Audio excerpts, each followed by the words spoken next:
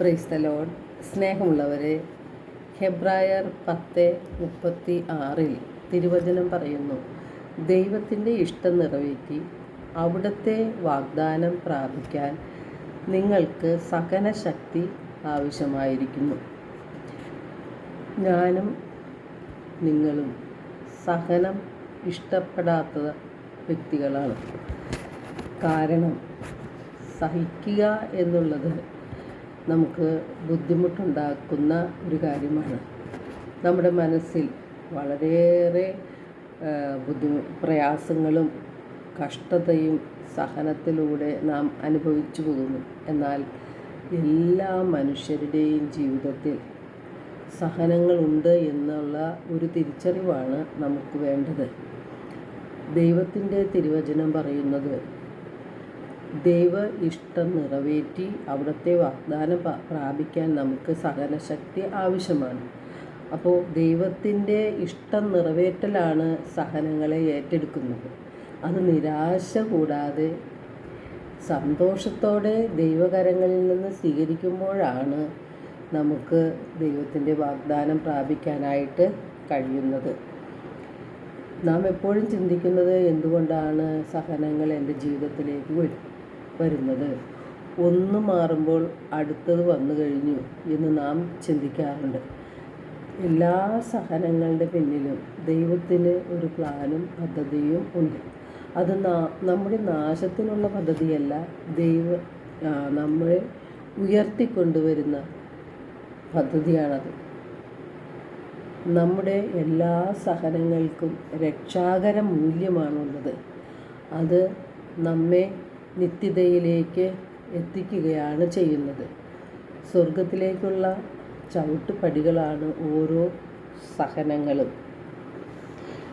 സഹനത്തിന് ദൈവം കൊടുക്കുന്ന ആ ലക്ഷ്യം പലപ്പോഴും നാം തിരിച്ചറിയാറില്ല.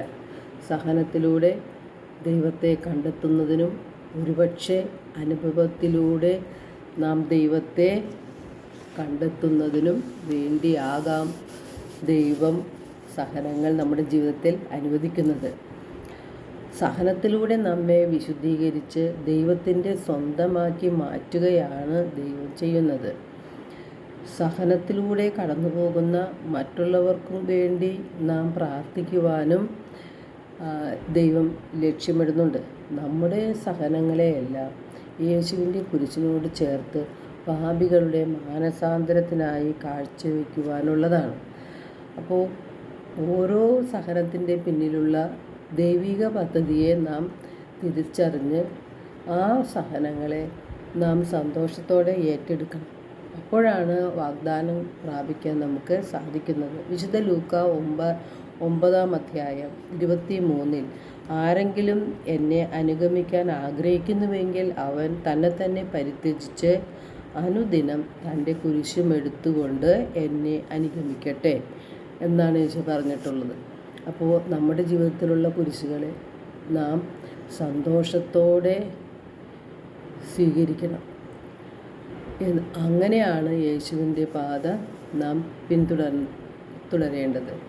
യേശു പറഞ്ഞിട്ടുണ്ട്, വഴിയും സത്യവും ജീവനും ഞാനാണ് എന്ന്. ആ യേശുവിൻ്റെ സഹനത്തോട് നമ്മുടെ സഹനങ്ങളെയും ചേർത്ത് ദൈവം ആഗ്രഹിക്കുന്ന രീതിയിൽ ദൈവത്തിൻ്റെ പദ്ധതി അനുസരിച്ചുള്ള ആ വാഗ്ദാനം പ്രാപിക്കാനായിട്ട് നാം നമ്മെ തന്നെ ഒരുക്കിയെടുക്കുകയാണ് സഹനത്തിലൂടെ ചെയ്യുന്നത്. റോമ 8:28 പറയുന്നുണ്ട്, ദൈവത്തെ സ്നേഹിക്കുന്നവർക്ക് അവിടുത്തെ പദ്ധതി അനുസരിച്ച് വിളിക്കപ്പെട്ടവർക്ക് സകലവും നന്മയ്ക്കായി പരിണമിപ്പിക്കുന്നു. അപ്പോൾ ആ ഒരു വിശ്വാസത്തിലാണ് നാം മുന്നോട്ട് പോകേണ്ടത്. അപ്പോൾ അങ്ങനെ ജീവിക്കുമ്പോൾ നമുക്ക് പ്രത്യാശയോടെ ജീവിക്കാനായിട്ട് കഴിയും. നമ്മുടെ എല്ലാ സഹനങ്ങൾക്കും രക്ഷാകരമായ മൂല്യമുണ്ട്.